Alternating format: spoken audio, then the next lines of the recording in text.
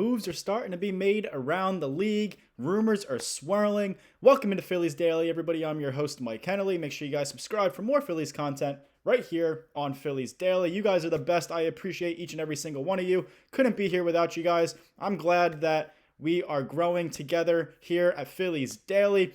In fact, I had just reached over 500 subscribers, so shout out to you guys. I appreciate that.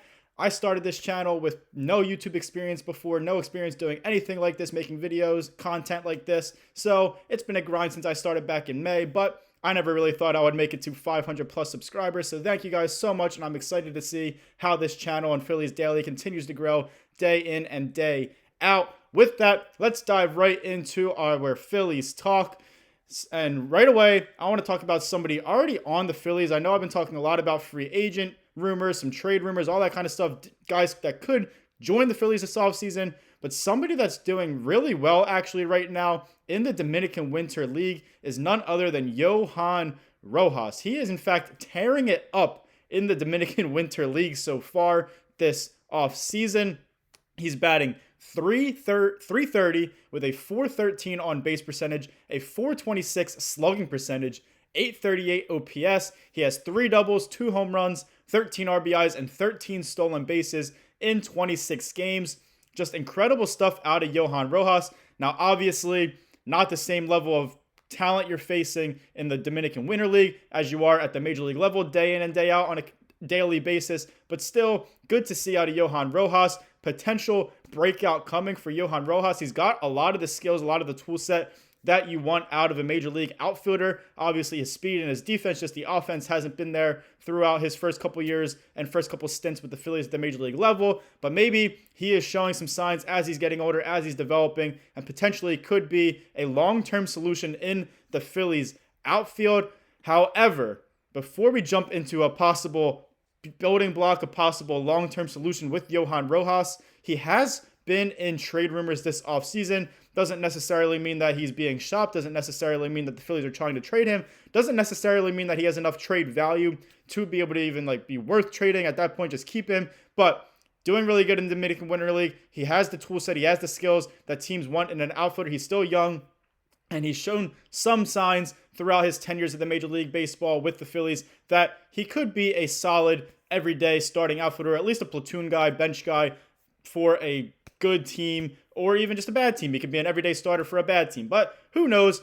However, he could be a trade chip this offseason, as I said, in trade rumors. He did just turn 25 years old, so that's intriguing to teams and could be a bargaining chip that the Phillies use. He's still young, just turned 25 in August. He's under club control for 4 more years as well. He's not going to be a free agent until until 2030. So that's also another aspect that teams would be looking for, having club control, and that's also another aspect that the Phillies could bargain for to get a better return for a guy like Johan Rojas, or if he's in a package with potential prospects, or maybe even like a guy like Alec Boehm or Bryson Stott or Brandon Marsh or something like that. Johan Rojas could be that enticing piece that another ball club could look at and could get you back a valuable return, whether it's a top prospect or a major league talent that can help this team win a World Series championship here in 2026.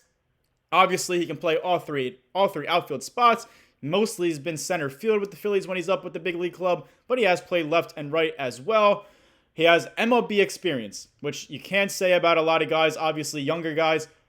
He's been with the Phillies for a few years now, up and down in the major leagues, minor leagues, but MLB experience, he's young enough for other teams to even consider him to be a quote-unquote prospect. Again, just turned 25 years old just a couple months ago. Some prospects have never even played Major League Baseball by the time they're 25. He's played for parts of 3 different seasons with the Phillies, so still could be a prospect in some eyes of other clubs. Again, could net the Phillies a better return, and it could help them land an impact player via trade if you're giving up a guy like Johan Rojas. On the other hand, maybe you just keep Johan Rojas. He's showing some signs of good stuff here in the Dominican Winter League. He's shown some signs in the past, both in the minors and with the Phillies, of things that he could do, and obviously hasn't been a complete player with the Phillies, but he's shown some signs in different areas of his game. Obviously not offense too much, but maybe that has just been developing here this offseason in the Dominican Winter League. So could Johan Rojas be a building block with the Phillies moving forward, be a future piece that they could potentially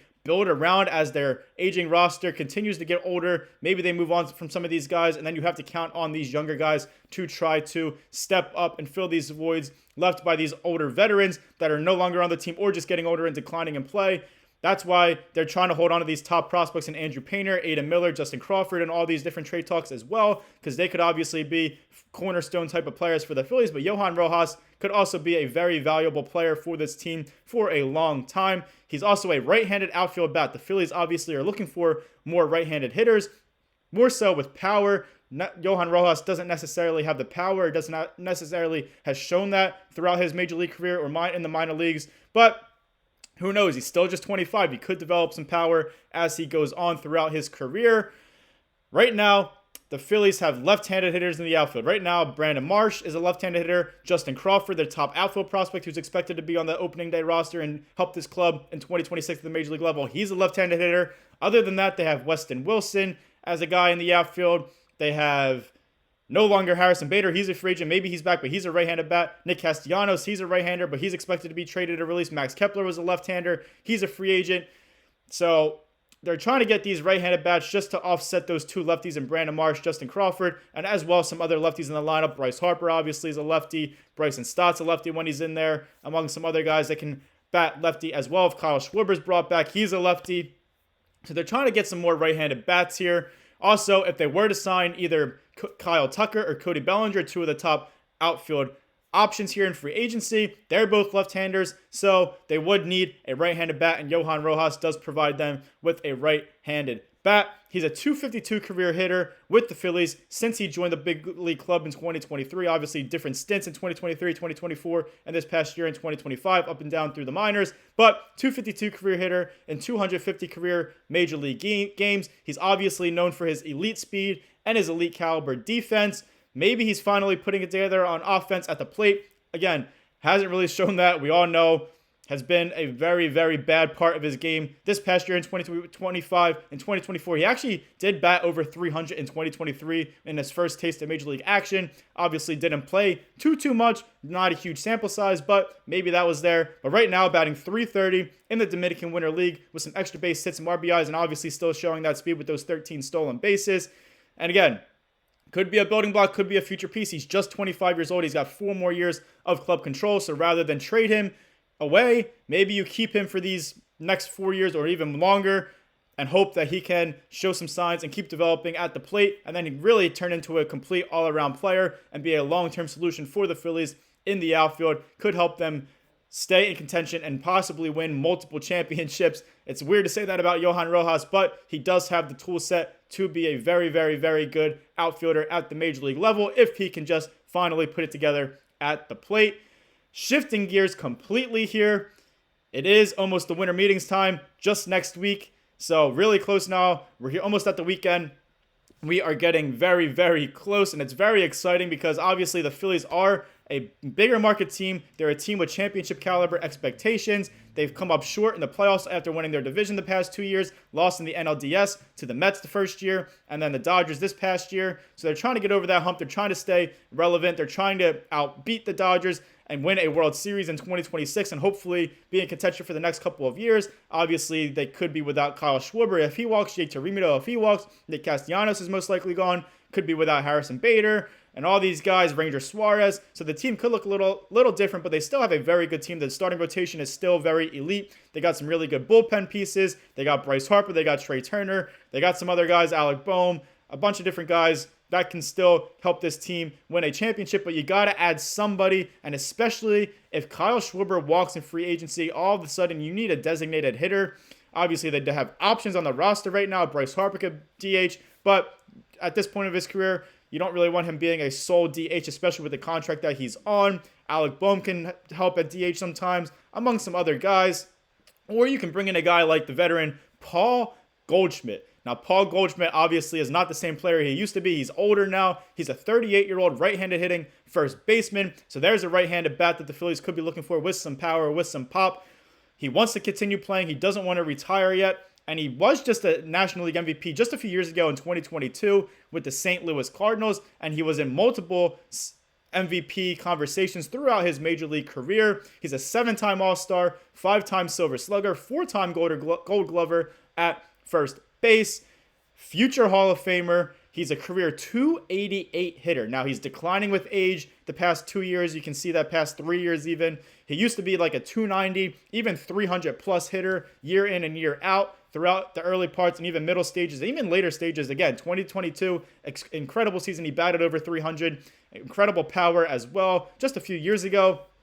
But he's not quite that same guy anymore. Again, just now being 38 years old, pushing 40. He batted 268 in 2023 and then 245 in 2024. So very uncharacteristic out of Paul Goldschmidt that year. However, he did get it up a little bit this past year with the Yankees in 2025 with a 274 batting average. The power is going down as well. He used to be a 30-plus home run guy a season. And then, again, in 2023, he was at 25. Still a very good power year. At that stage, nothing to, be mad about if you're Paul Goldschmidt or the team that he's playing for. 22 home runs in 2024, and then this past year in 2025, he had just 10 home runs with the New York Yankees, so significantly lower power numbers for Paul Goldschmidt in 2025 as he's getting older. However, it was a very solid season overall for Paul Goldschmidt in 2025 with the Yankees. Again, batted 274, he had a 328 on-base percentage, 403 slug, 731 OPS, 31 doubles, so he's still hitting doubles. That's very good, hitting over 30 doubles. 1 triple, 10 home runs, and 45 RBIs in 146 games played with the Yankees in 2025. Primarily still appeared at first base. However, had a couple games that he was DH, not very much. In fact, I even think he played 1 game or a couple innings in outfield as well, but mostly still first base. Still very good at his age at first base. Obviously a 4-time Gold Glover there. However, if Kyle Schwarber walks, as I mentioned, they need a DH, and Paul Goldschmidt maybe could shift to the designated hitter role at this stage of his career to continue his career. 38 years old, can't really be the same guy in the field, can't move around as good, and when you're primarily a designated hitter, sometimes that prolongs your career with it being a universal DH in both the American League and National League now. That really helps a lot of guys like Kyle Schwarber to have a longer and more successful career as you age, as you get older. Maybe that's the case for Paul Goldschmidt. Now, probably not going to play many more years at 38 here, heading into the 2026 season, but still could be an option at designated hitter for the Phillies if Kyle Schwarber walks. And again, doesn't really hurt to add a Hall of Fame player to your lineup, especially at right-handed bat that you're looking for here heading into the new season. Hope you guys enjoyed this, Johan Rojas kind of episode of Phillies Daily. But still, thank you guys for watching. I appreciate each and every single one of you. Make sure you guys like, comment, share, and subscribe for more Phillies content right here on Phillies Daily. And as always, go Phils.